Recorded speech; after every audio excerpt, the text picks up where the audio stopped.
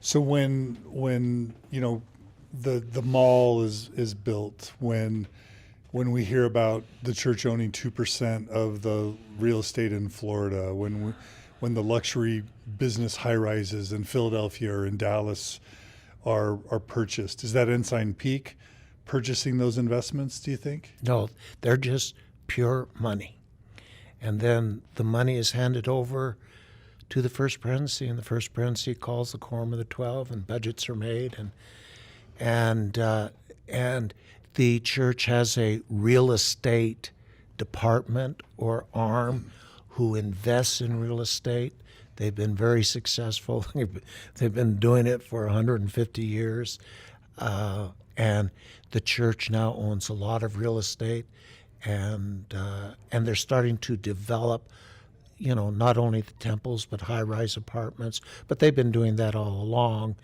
The biggest controversy was the City Creek Mall, where I don't know how much it cost. Let's say it cost $2 billion. They said, well, you could feed all the poor on that. But on the other hand, if you don't update your property around your sacred property, that property is going to degrade. And the property you have next to your sacred property, and the sacred property would be the temple, the tabernacle, the conference center. You want to own that property around that perimeter. At least I would, and the church does. And so because it owns that stuff, it has responsibility for keeping it up. And if it degrades, then if it degrades, then you're going to go poor, and then you're going to get a rough neighborhood, and then your crime is going to go up. And so you've got to keep it updated. And so with City Creek, they had private funds from companies that they own who dished out the money and went into partnership and built City Creek Mall, and to keep it up, to keep that neighborhood vibrant. So what part of the church is buying companies or owning companies? No part of the church is buying companies. Or owning companies? Well, they own the life insurance company, Beneficial Life, wasn't it? They're getting out of that business. They own Bonneville. They own the hotel business that they got out of. What else would they own? They would own cattle farms in Florida. They would own alfalfa fields in Southern California, like in El Centro, and then on occasion they would just develop property. But they're not buying companies. No. But they're maintaining companies that they've owned for a long time. Yeah, and then when wisdom dictates, they might retire out of that business like they did in Beneficial Life. They're paying off.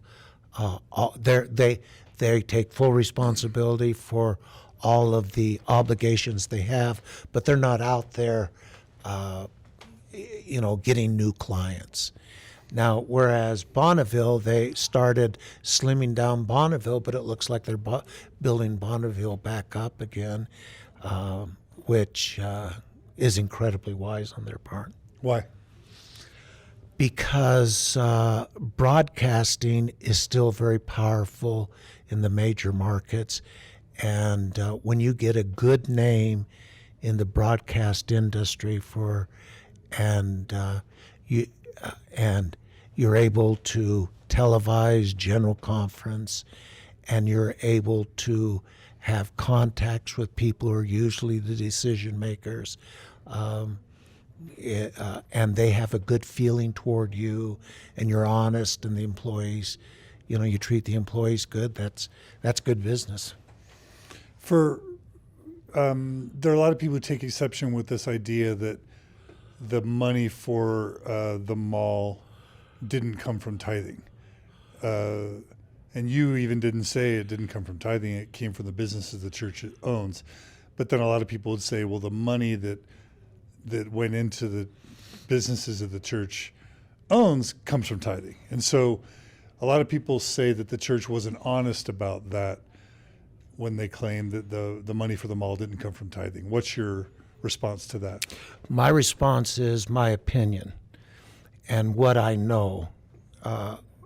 And what I know is that what I've heard from the Bonneville executives is that there was a time during David O. McKay's life that he gave Bonneville $10 million and said, go spend it wisely. And with the $10 million, it went out and bought radio stations and TV stations. And I don't know that the church would give money to, a losing business. You're expected to make profit and then give a part of that to the church, that part of the profit that, is a charitable donation. And so I don't think the church would stay in a business if they had to put money in the business. Now, I'm not saying that has never happened, but it hasn't happened while I was involved for 30 years with Bonneville as a management consultant.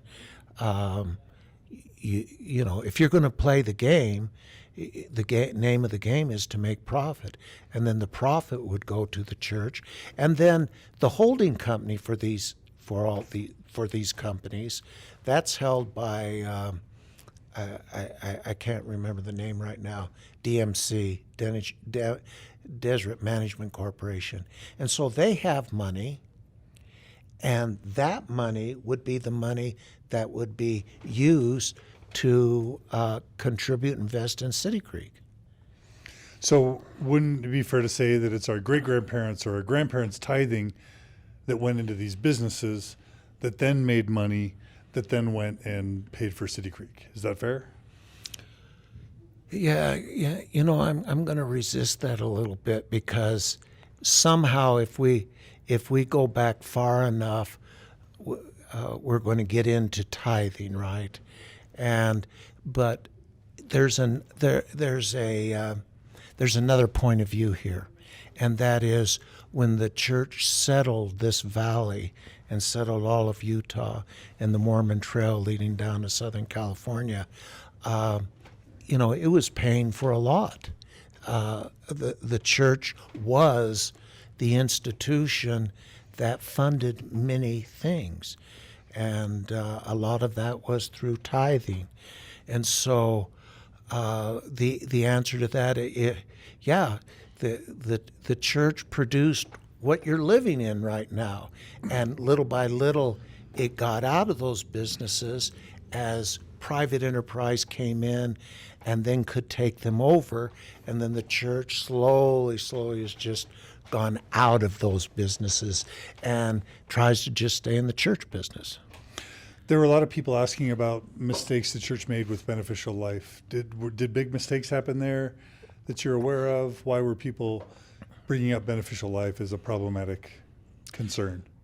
Okay, I don't know the numbers on Beneficial Life, but every single financial institution and company in the world was scared to death March 2009, and there was a good chance that the whole economy could fold, no matter who you were and what company you were with, and especially the major banks in the United States, which are the biggest banks in the world, with the country that has the greatest amount of capital in the world, and we were scared to death.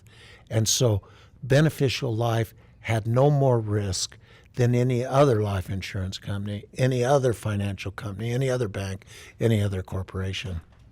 And so finally the church just says, well, this thing was given to us, I don't know how long ago, 100 years ago, or 50 years ago, or 70 years ago. We've been a good steward on it. We'll finish out the policies, and then we're not going to stay in the business. But remember, the church stands as the guarantor. The church is not going to let people who have bought a life insurance policy or a trust, they're not going to let them suffer. And so, but with that, the church isn't going to be a fool and stay in companies that aren't making money. Now, I imagine Beneficial Life was making money. I don't think it was that big. I think it was a rounding error. And it was time to get out. And why are people listing that as a concern?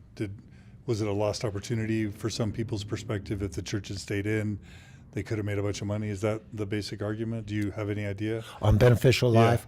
Yeah, I'm not an expert on Beneficial Life, but believe me, why they didn't want to stay in it anymore. And I imagine that there might be too much risk with insurance policies.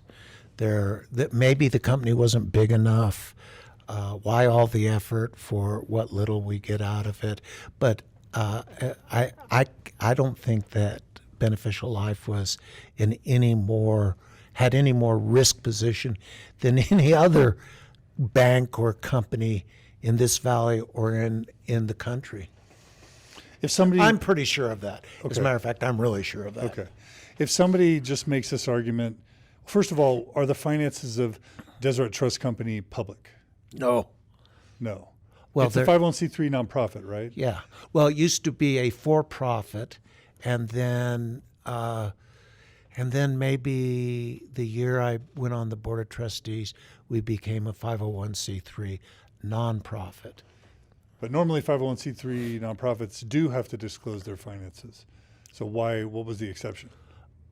Well, disclose their finances. You have to disclose You have to fill out your 990. You have to fill out, you have to, you have to tell the auditors what your finances are.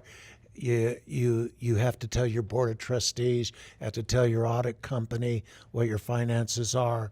And but you have to tell the public, and the 990s in a traditional 501c3 are made public and available. But I wonder if it's just because it's a religious 501c3 that it has an exemption. We wouldn't make that public. So you had a religious exemption, I'm guessing. Well, definitely. I don't even know. I'm not up on 501c3s and public disclosures anymore, but definitely the church doesn't disclose its finances. Deseret Trust Company doesn't disclose its finances. Now, maybe someday that will happen, but it's not here. Okay. For the people that say the church should be financially transparent, 100% all the way through, Trust Company, Ensign Peak, the corporate church, what's your response to that argument? That we were transparent prior to 59 or whatever, we need to go back to that, and the church needs to be transparent. It's unethical that the church isn't transparent in its finances. What's your response to that argument? My response to that is that's one of the issues in the digital revolution, and that is that we want no secrets. We want all information public, and we're working at that at the CIA level. We're working at that at the Treasury level, at Bank of America level, at Deseret Trust Company level, and at the church level. And right now, the church doesn't want to make its finances and doesn't have to make its finances public because it's a privately held entity under the corporation of the president, and the laws do not dictate. Now there may be members of the church, everybody rises up and says, we want it to be public. There may come a time when the church has no choice, that we now live in a society where if you don't make it public, they won't cooperate. But right now, as far as I can tell, that's not happening. And what do you think should happen, in your opinion? Should the church become transparent in its finances? My opinion is this: I have some association with Megadata, and what happens with you get so much information, and Megadata is now just starting to really be used on all kinds of issues. So let's say that someone wanted to know the finances of the church. You could surround that issue with so much information that you would start to have contours in the blind spots that you didn't know, and the information that you did know would press in so much on the stuff that was secret or held private that you would know without having to reveal it. In other words, I am one who says that the time is coming where there are no secrets. You have too much information surrounding things that people want to keep private or secret. And so, just get used to it. You're saying it's an inevitability that over time people will be able to figure out what the church is doing with money. So they may as well at some point just accept that. Yeah. Or the time would come when the church would make their finances public. But would I? No, I wouldn't personally. As an individual citizen with my own assets, I don't want the public knowing about that.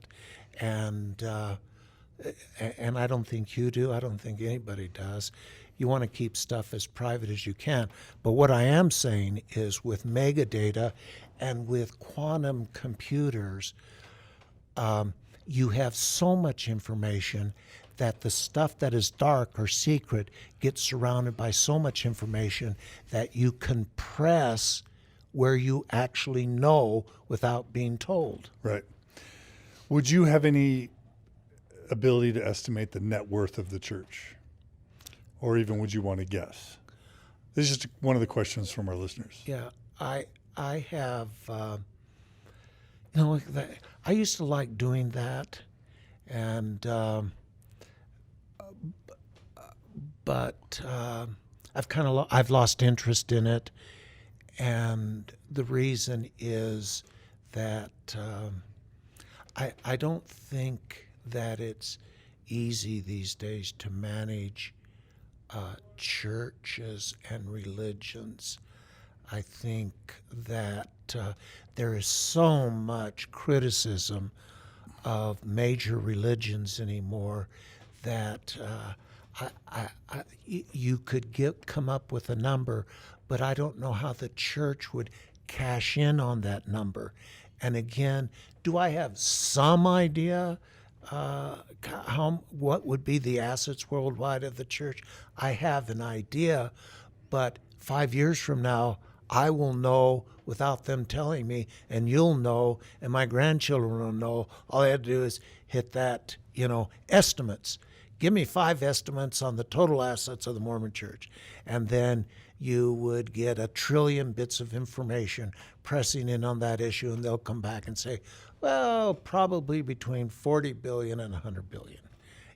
Well, do you want more information? Yes. And then it'll come back and it'll press more information. And then your computer will get hot.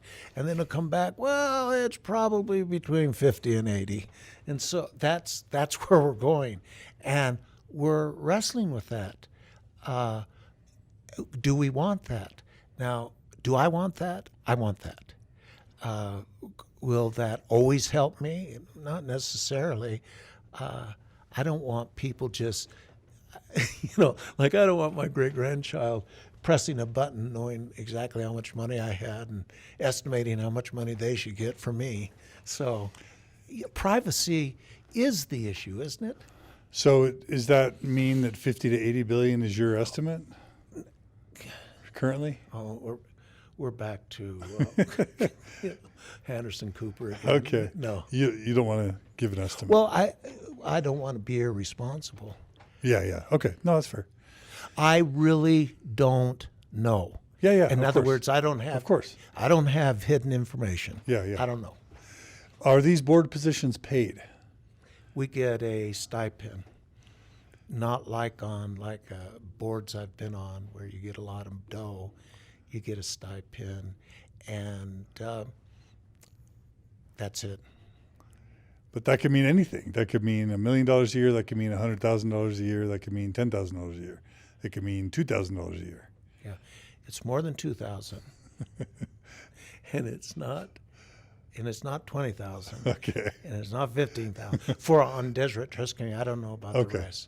And it's in the 18 years I was on it, it never changed. And so, It wasn't no COLAs, no cost of living adjustments. no, Do general authorities sit on any of these boards? not anymore. No GAs, not even 70s. So No. Garrett Gong wasn't a 70 when he was on these boards. No, Okay. no. So the Q15 don't sit on boards anymore. They used to, right? They used to. As a matter of fact, I took Ron Pullman's place, and Roger Clark took the second counsel, the presiding bishoprics place. They sat on. And Deseret Trust Company originally had N. Eldon Tanner as a charter member. He started, as a matter of fact. Who are the shareholders of Deseret Management Trust? Deseret Trust Company, sorry. Who are the shareholders of Deseret Trust Company? It's a 501c3, so it doesn't have any shareholders. So the board. There are no stocks. It's a 501c3 doesn't issue stocks because it is now a non-profit. A Deseret Trust Company has to operate like a company, has to pass audits like a company, show its financials that it's operating like a company, but at the end of the year, it can't have profit, but it has to have enough dough in reserve so it can start the next year. And so, there are allowances for having money so you can continue to go from December 31st to January 1st. And what was your question? So who are the shareholders? There are no shareholders. The board of directors runs it. The board of trustees are appointed by the First Presidency. And so the First Presidency has control of the company by virtue of who they put on the board. And they can remove board members if they want to? They have a strict policy where it's undefined term limits. That allows a guy like myself to be on it for 18 years. But when someone gets tapped to leave, it's the church that's making that decision. Yeah. Okay. So they don't own any companies. Somebody asked if they're international companies owned, who owns the international companies? Is it the trust? But you're saying the trust company doesn't own companies. Is that right? They own property. The Deseret Trust Company owns property? Yeah, people donate property. Okay. And so you have to get an assessment and appraisal of that property. But Deseret Trust Company does not buy companies. We buy, as an investment arm, we buy stock in S&P 500 companies. If somebody donates stock to the Deseret Trust Company?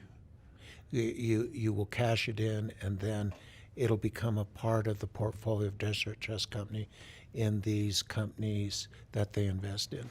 Does the trust company pay taxes? No, it's a not-for-profit. So it's tax exempt. Yeah.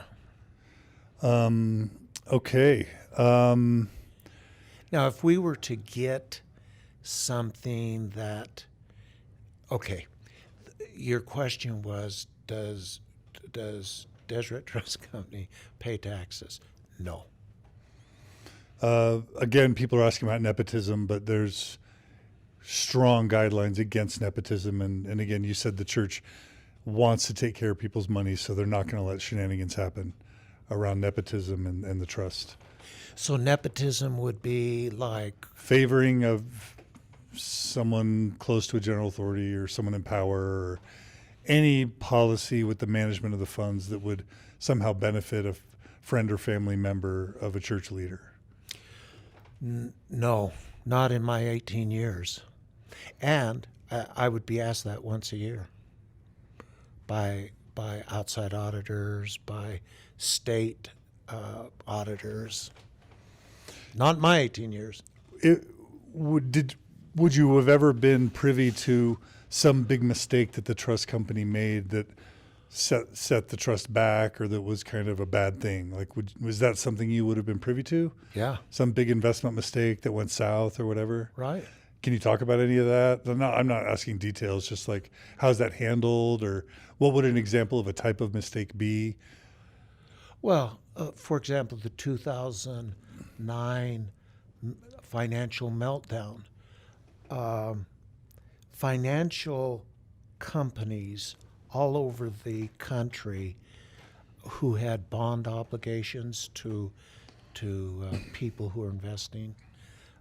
They have to every 30 days be selling bonds, having bonds mature, getting the principal, so that they could pay their obligation to people who were investing in that trust company. And so with the 2009 financial meltdown, no one was sure, not the best banks, not the largest banks, and some banks said, well, we can't pay our bond obligation. We can't give you the principal back. We've given you the coupon, but we can't give you the principal. And so, like every other financial institution, we had to manage through that. And you have enough capital on hand, and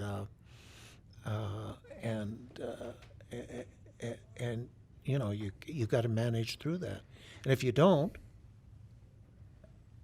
you're going to get sued. If you get sued, you could go to jail. Some want to know if inspiration is ever used to make management decisions, or if they just use modern best practices for investments. You know, I think that's a good question, and that's where my personal philosophy comes in.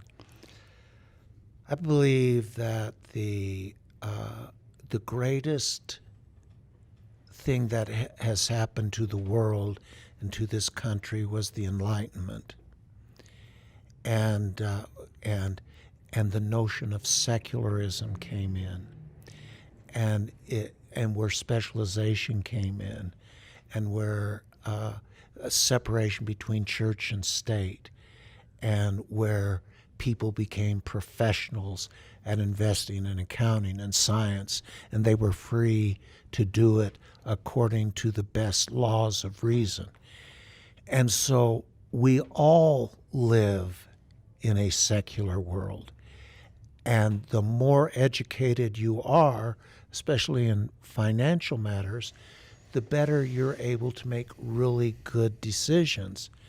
And so when you're involved with the church and the church hires you, then you come in with high education, high specialization, and you do your thing, and that's what they want. And you can do a lot of good stuff because you're smart and you're capable. But what the church also asks you to do is also ask for the Spirit to be with you. So each person is different on that, aren't they? And some people need the Spirit more than others. But the movement of secularism from the Enlightenment is the most powerful movement you and I have ever been a part of. And so we get good at the things we do, and we're not encumbered by other interests. And so yes, a lot of that stuff can be done through talent, incisiveness, information. And then the church asks you, we also want you to pray and we want you to be guided by the Spirit. But, you know, what that meant 200 years ago and what that means today is different because secularism has been so successful. We're all, yeah. So the church financially is very secular. If you were to ask the guys who give up their livelihoods to come and work for the church as financial guys, I think they would be a little offended by that. They give up a lot of dough to come and serve the church, and so they're putting a lot of their expertise, and they're careful, and they're coming there because they want to be a part of the church environment, and so they probably pray over those things, and they do pray over those things. That you have to have the Spirit of God with you. You know, that's what the First Presidency and Quorum of the 12 are constantly teaching the professional arm, and so you're expected to do that. But you really have smart guys coming in with great credentials. And the guys who are of late, I've noticed, that are coming in are guys who can manage risk and hacking and know where the bad guys are, and software developers. They talk a different language, but slowly we're learning that language because we're the church, along with the United States government, the United States Air Force and Army, are being hacked millions of times a day, and so that's the new era we're in. How can you safeguard, put up walls, and everybody's a part of that. Would you have been privy to instances of fraud in your position? Yeah. Because I think a lot of people these days feel like if a big blow will come to church membership, it would be if public awareness ever emerged around substantive fraud happening inside the church. Okay, now, just like I didn't know about Brother Bishop and the Pulp Fiction dungeon he had, I imagine that on a statistical basis, there's probably somebody trying to commit a fraud. But in my experience with the church, there are so many checks and balances. Like the general authorities, the 70s, they don't know where the dough is, and so how can they commit a fraud if they don't know where the money is? And then people who are in the financial department, those very few people who know where the money is, they are so scrutinized. I don't know where fraud would come from. In Deseret Trust Company, we went through this, and the numbers that a person can pick up from a computer, and you hack into that, that's not where our money is. And so the information you could get is not, you're not going to get the money, because the money is in an entirely different area, geographic area. And so the church, if people are concerned about fraud with the church, why be a part of the church? Well, maybe they aren't a part of the church. I think you can have issues with policy and ideas, but the church is really nailed down on its finances. What are the risks of some sort of leak where the church's finances end up getting leaked? In this area of WikiLeaks, of Mormon leaks, there's a lot of people wondering, why haven't we received leaks on the church's finances? What's your sense of the probability of that? And if the probability is low, how the church keeps a leak from happening when the freaking CIA or FBI is having leaks? You are assuming that the FBI has leaks.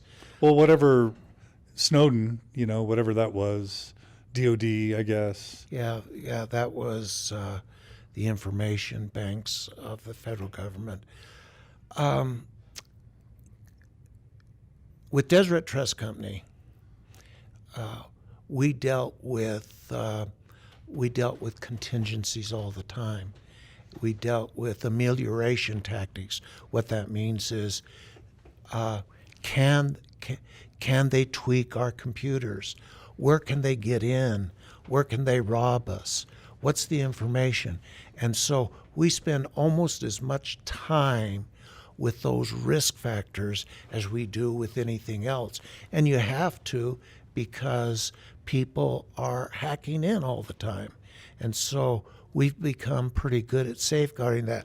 Now, on the finances, are we good 100% of the time?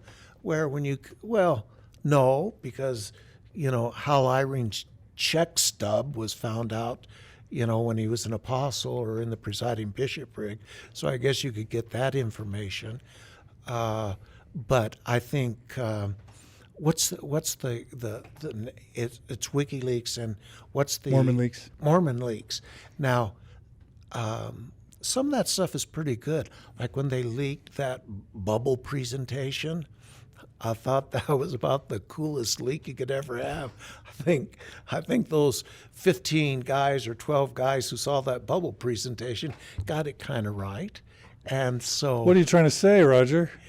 and the three big names, John Dallin on the left, Duffer, yes, Denver Snuffer. Denver Snuffer on the right, a little Bob Norman down at the bottom, and then the people who are concerned about the ites all over the world. I thought that was pretty accurate. Was my bubble too big or too small? I think that, first of all, I was proud of you to have a bubble. Oh, yeah? Yeah, all this effort you're going through, got to have a bubble up there. And I'd never heard of Denver Snuffer, and evidently, wow, the folks there in that remnant movement, that's getting pretty big, and they want to get back to just the original stuff, and just everything has got to be out of the scriptures, and everything is in the temple, and these guys are really orthodox, and so I thought that was kind of a fun leak. Now, if you are one of the 12 and you get your stuff leaked, you're not going to be happy. I'm not happy if I get any of my stuff leaked. Nobody wants to be leaked upon. and so what can I say? It was leaked. Now, are they going to find out who the leaker was? Yeah. And are they going to try and fill that gap? Yes. But believe me, downline, compression formulas, you can get anything you want. And do you think there will be major financial reporting leaks at some point from a disgruntled employee or from a leaky, hole in the process or some hacker? Or do you think the church is pretty locked down and that's unlikely?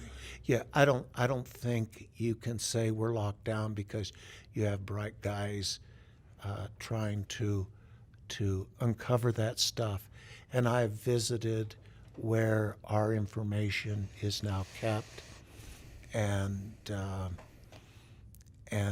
I'm not saying it won't happen, but I'm saying that we're in the ball game. Our information systems, our ability to find leaks is as good, at least, as the United States Army. If would you have any opinion or estimate of what general authorities get paid and apostles in the First Presidency get paid? I think the only thing I ever find out is from you on how much they get paid, and in the world I come from, if the information is right, like they get $120K, something like that. Doesn't that seem low for Monson or Eyring or Uchtdorf or Packer? 120. Where I come from, that is terribly low. It's too low. Now, but in a religion, when you're dealing with the widow's mite and you're dealing with people who are retired and on Social Security, that seems like a lot, and is a lot. And so if you're going to get into the business of working for the church and being called by the church to service, you just have to face the fact you're not going to make that much money. But certainly, quorum of the 12 First Presidency are making more than 120. You think? What do you think? I thought they all got paid the same amount. Okay. Isn't that right? I have no idea. I heard that on Mormon Stories. There's a stipend, but then who knows if there's living expenses and adjustments and, expense accounts. And, that's what some people like to speculate about. And then there's the Grant Palmer claim that each apostle gets $1 million, and when they start, and they can pay off all their debts and buy a home in Heber or Midway as a vacation home. And so, any thoughts on that, or? Well, I'm a full disclosure guy. And so when somebody is meeting with someone else and that someone else is saying, let me tell you the information that these guys gave me, I think I don't think you can take that to the bank. If that 70 who visits Grant Palmer's telling him all this stuff, the $1 million, who are you? And how do you know? The 70s I know, they're out there in the field. They just get a budget allotment like you and I get. They're not told what the finances of the church are. They get their little pay stubs like everybody else, and they don't get any more information than that. And so, now, do I believe somebody sat down with Grant Palmer? Yes. Why? Because Grant Palmer said it, and I believe Grant Palmer. But this 70 and this mission president who demand that their identity be concealed and they give all that information, that's a very heavy burden. Let's get a little sunlight on that one. Now, where I come from, people are making $1 million, $2 million a year, and they take on all the risk. Now, these church folk don't make that amount of money, and why would they be given property? They'd get in trouble for that. When this information does come out, surely these people know that if they were taking property up in Heber or Midway, that would not be good. That would be terrible. It's pretty well established that Monson, Uchtdorf, Holland all have homes in Heber Midway, and a bunch of others. Like, that's pretty well established. But you're saying they would have just gotten that from saving their money over the years and then buying a vacation home. Yeah, and like with people like Uchtdorf, he was the number one pilot at So he would have Lufthansa. had money from that. Yeah, he would have had money. Now, Jeff Holland, I don't think he would have had money. Maybe some. I don't know. Yeah. I don't know. I know he has a home in Midway. I know that. And have you seen it? Yeah, I've driven by it. Is it big? No, it's not big. Okay. But I hear Uchtdorf says, but okay, but you say he would have had money. Yeah, I think guys with money can spend money. It's their money. Yeah. Guys who don't have money, I also heard that Boyd K. Packer had like multiple homes worth in aggregate well over $1 million before he died. Well, I knew of one home he had out there in Holiday, was it? Mm-hmm. I didn't know of any other homes. And now maybe a member could give a guy a home, Well, is there anything wrong with that? I don't think so. And but in the church, doling out the money for Jeff So Holland it'd to come be from able a member. Pardon? Because I think Michael Quinn made that claim that a general authority had been gifted a home at some point. So that could happen. Gifted a home from a member? Yeah. Oh, I think that happens a lot. Okay. To general authorities. Well, and to others. I think that there are very wealthy members who are good to people with less means, but who are dedicating their lives for a pittance, for a modest income in the church. And but in terms of the church, maybe the church does it, but that doesn't seem reasonable to me. I think everybody gets their pay stub, and I don't think there are any side contracts to that. So I would guess that this Deseret Trust Company would deal with Huntsmans, with Eccles, with Romneys, with Coveys, whoever, Osmonds, whoever the wealthy Mormons are, that's kind of who they're most likely dealing with. Is that fair to say? Yeah, I don't think that the Huntsmans would deal with Deseret Trust Company. They're doing their own, investing. there are very wealthy people, sometimes who are not members of the church, and sometimes who are less involved in the church, who make great gifts to the church. And I saw that happen 3 times in the 18 years where the gifts were very big. And in the 3 cases, the guys were either not Mormons and their wives were Mormons but not real active Mormons. And so the guy gets up to be 70 years old and he has this pile of money.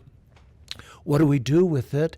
And the wife said, well, give it to the church. Start investing in the church. And then all of a sudden you read in one of your BYU letters, Deseret Trust Company, and then you get a hold of those people, and then they make a gift. And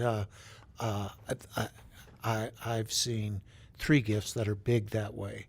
And the others are generous, but, I'm talking really big gifts. Now, yeah. So would your role have been to kind of ever wine and dine wealthy Mormons, to kind of meet with them, dinners or banquets? Would you ever hobnob with the donors as a part of your role on the board? No, occasionally we'd be invited. We have a golf tournament once a year where we get together with the representatives from LDS philanthropies, but not necessarily with the donors. And a person like myself, as a member of the Board of Trustees, I don't want to be with the donors. Mine is, where are the numbers? Does it fit this matrix? Are we following the law? And I don't want some donor talking to me. I don't want anybody talking to me about that. Got it. Would you, how, you've talked about this already, but would you say from what you've seen that the Deseret Trust Company, does good for the church in the end? And if so, what are the main goods that the Deseret Trust Company does for the church? First of all, I'm not on the board anymore, and I'm not a salesman for the Deseret Trust Company. Right. But when you were there. Well, and I can talk about it glowingly even when I'm not on the board. But I'm not a pitch man.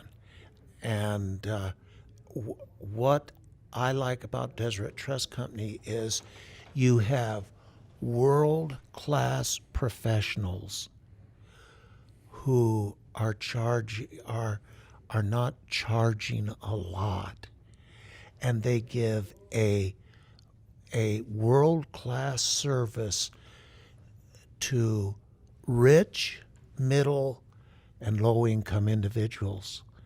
And what I like is when they help the low-income or the modest income people when they start a small trust, and they get the same treatment that the big guys get. I love that. And Deseret Trust did that in spades. Now, do you think Wells Fargo and any of the other guys would look out for a person with a modest income to start a trust? No, it would be a waste of time. But Deseret Trust Company would, and so you get the same service that anybody up and down that scale would get. Now, that's a company of integrity. That's a company of service. I really like that.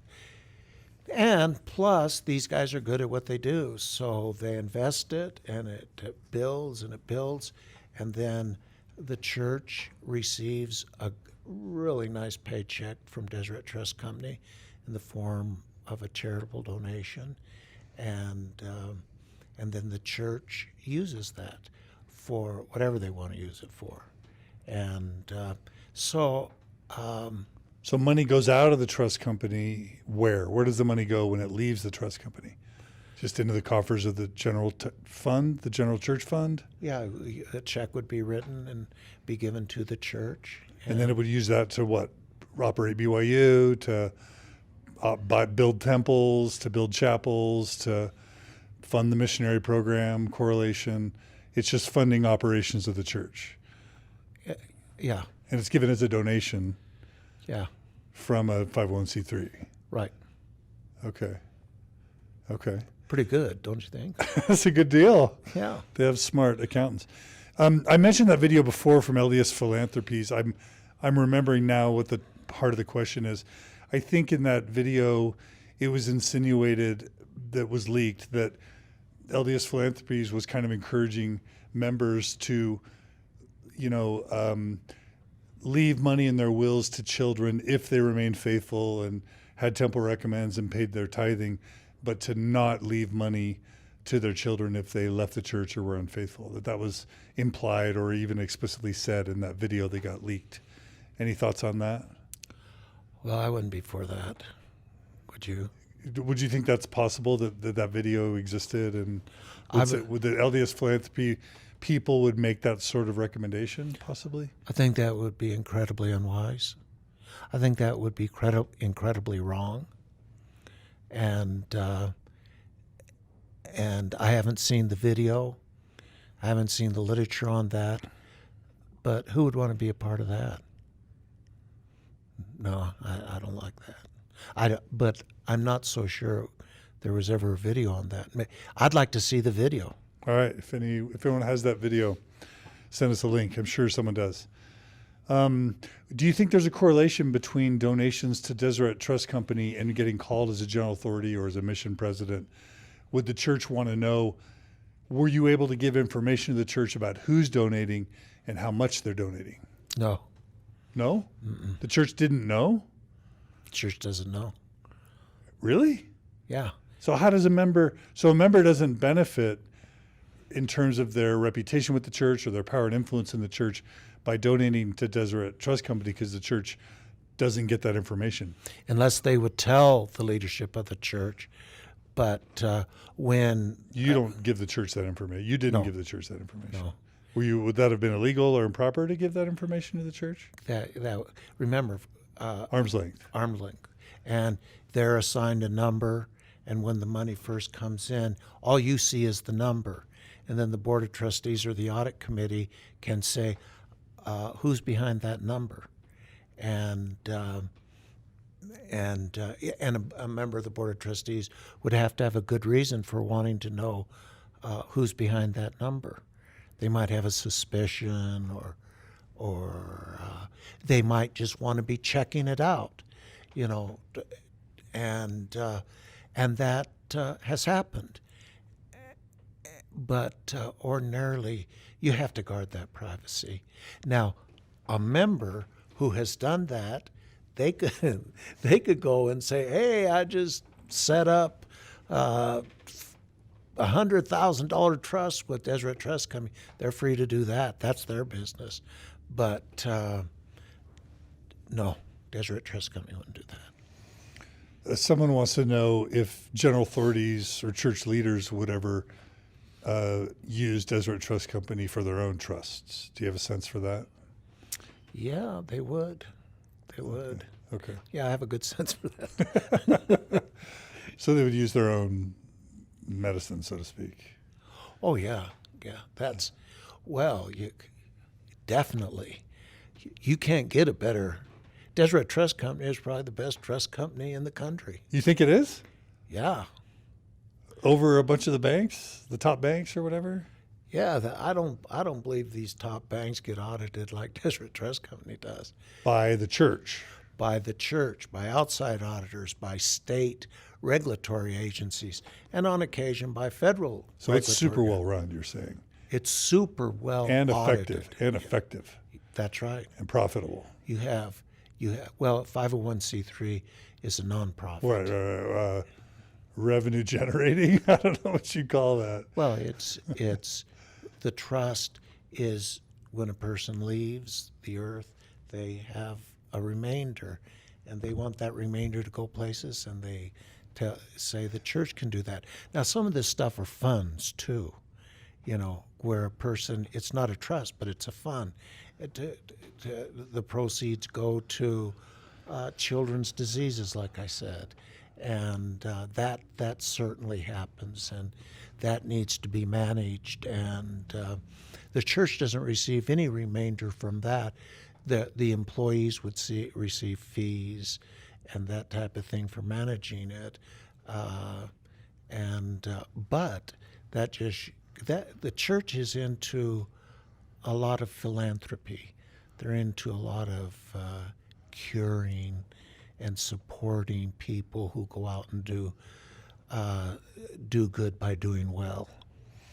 If let's just say there's a wealthy individual out there who listens to Mormon Stories, who likes what the Open Stories Foundation does, and they're negotiating with Deseret Trust Company to manage their trust, could they list the Open Stories Foundation as a beneficiary, and would the church be obliged to take that trust money when the time comes and give it to me, or not me, but to the 501c3 that runs Mormon Stories?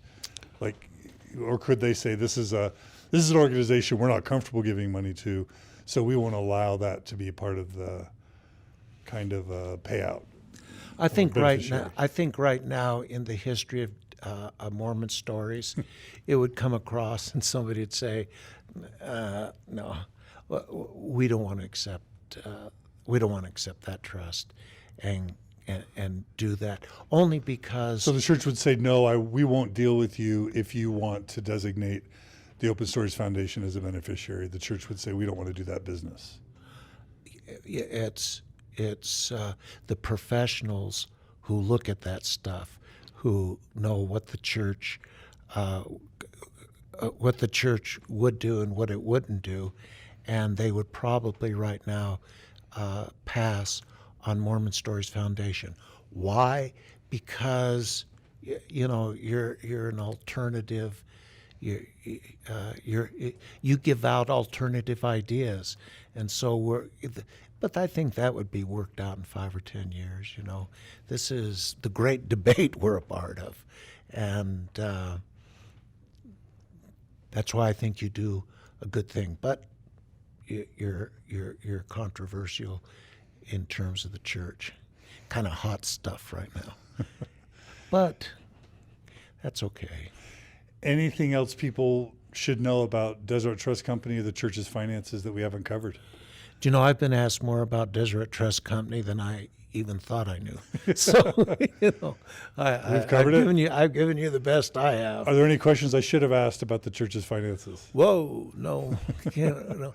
They guard that pretty carefully, as everyone does. You guard your finances. I guard my finances, right? The Open Stories Foundation discloses its finances. But your private income, do you want No, they disclose my private income. Well, because I'm executive director and, okay. I'm on the board. Oh, okay, so Yeah. I can understand that. But we're about 5 years, not 10 years, 5 years from working the new systems of information technology on privacy, and eventually it's all going to be public knowledge. And you have these brain trusts. That's all they do is figure out how much who makes, and how much the revenues come in, and they work those algorithms, and they know, and they share it. They get paid for knowing too. They get paid for sharing. Look at our 2016 election. That's all about information, and right now we're mining. How did they do that? How do they know? And so we're living that. We're in a great revolution. We're in a great transition, changing from what we are. And like my grandson, he says, "Okay, Grandpa, I think it's Minecraft or one of those things." And he said, "Okay, you get on your computer, I'll get on my computer. We'll sit next to each other." No, it's these handheld stuff. And he says, "Okay, now I started doing this with my grandson when he was 8. And so we start playing, and I'm going as fast as I can, and then all of a sudden I see him putting his right hand over, taking my hand off, and playing both of us right now. And so, this could be a new species we're talking about. These guys are different, and they process information quickly, and they don't want less information, they want more information, and they're learning math on these games anyway, and they're quick. And so it's that my grandchildren, they may be living to 150. They may be entering into. They're going to be making money in the virtual world, and so they're different than us, John, and you're different from me, and so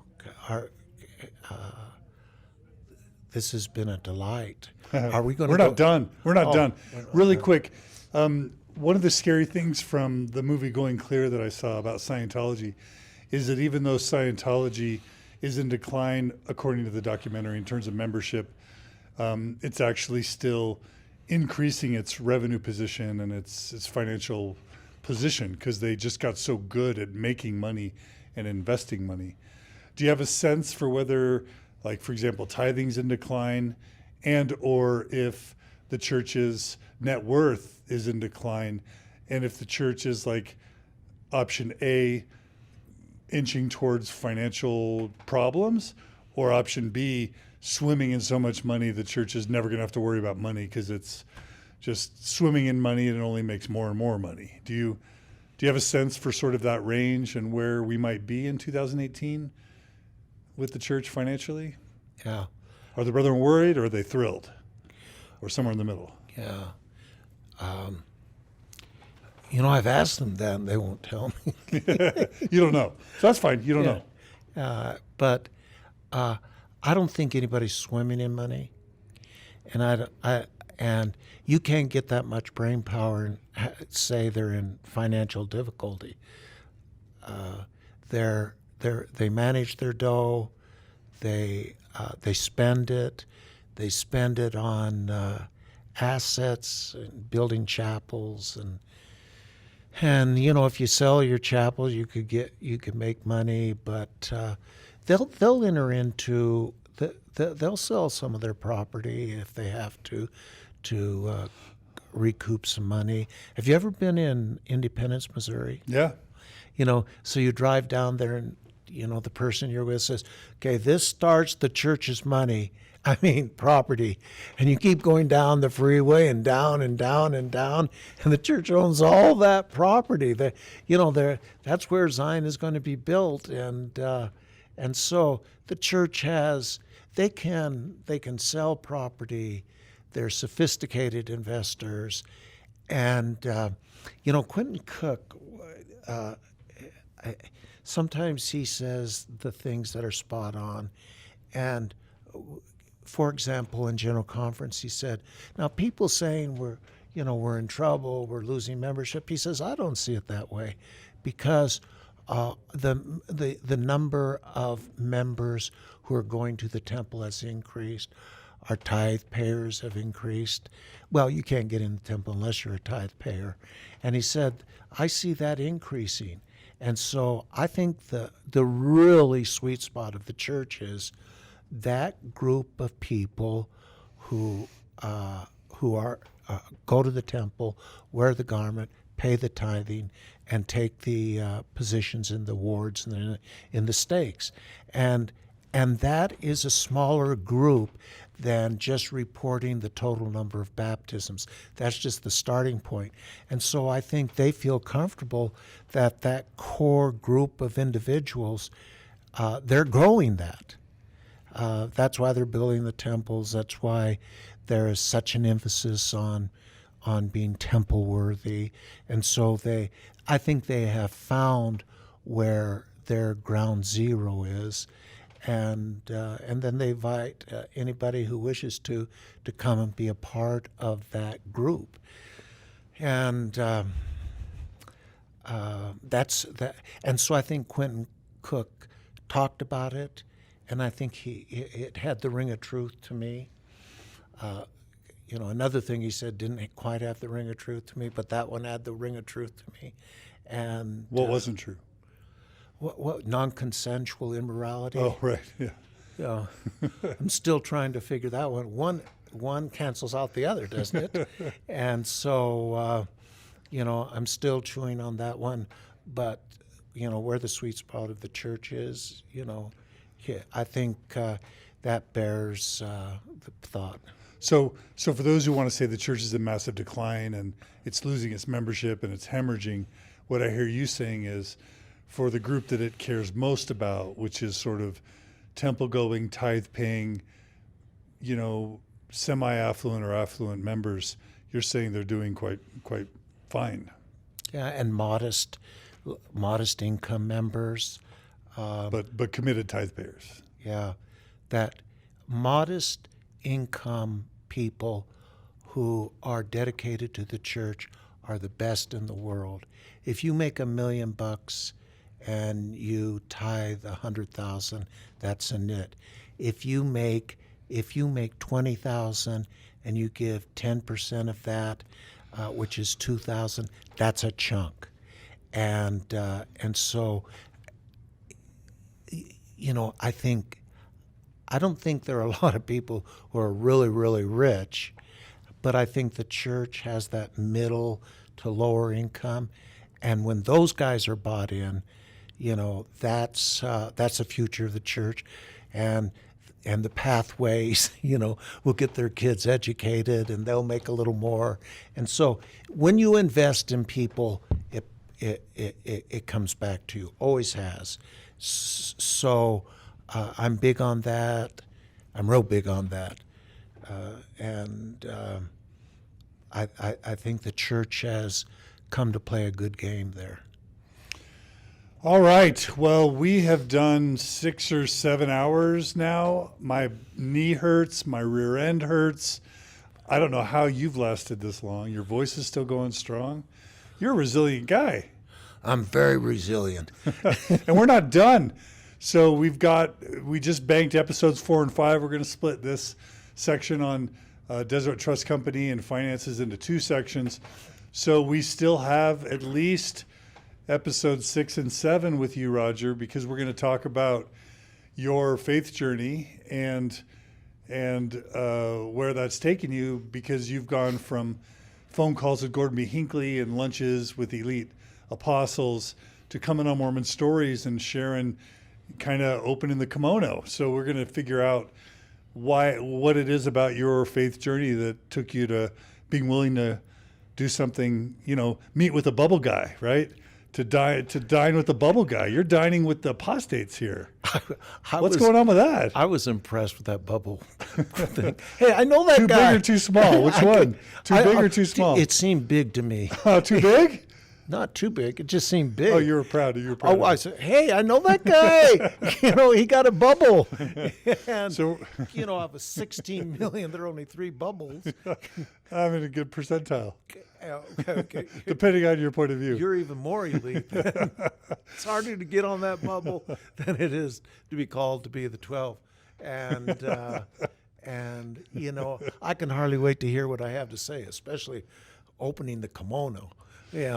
So we're going to talk about Roger's faith journey, where he is now at the church, and then we're going to end with sort of an analysis of the church today, not financial, but just in other areas, and maybe even some predictions about where the church is going. So does that sound all right, Roger? Tune in. All right. Thanks, everyone. Thanks to Tim Corey for being the journeyman today and managing the video, the setup, the audio, and everything. Thanks to Cody Layton for helping us set up as well, and to the Open Stories Foundation board and our staff, because they make all this possible. Most importantly, thanks to our donors. We couldn't do this without your donations. So if you love this type of content and want to see it continue, we really need your support. We need you to go to mormonstories.org to donate monthly donation, $10 a month, $50 a month, $100 a month, whatever you can afford. Just like the church, just like the Deseret Trust Company, we need your support. We're a 501c3, And if they're going to get billions to help make the church strong, if you care about some accountability with the church, with some transparency with the church, even with improvements to the church or improvements to the lives of those who become more progressive, who leave orthodoxy or who even leave the church, if you care about that, then then we would ask you to consider supporting us, and we promise to be transparent with our finances and to use your money as careful stewards to help support people in transition. So please support us. Thanks for everything, Roger. Thank you. And we'll be meeting with you again in the next day or two to finish this interview.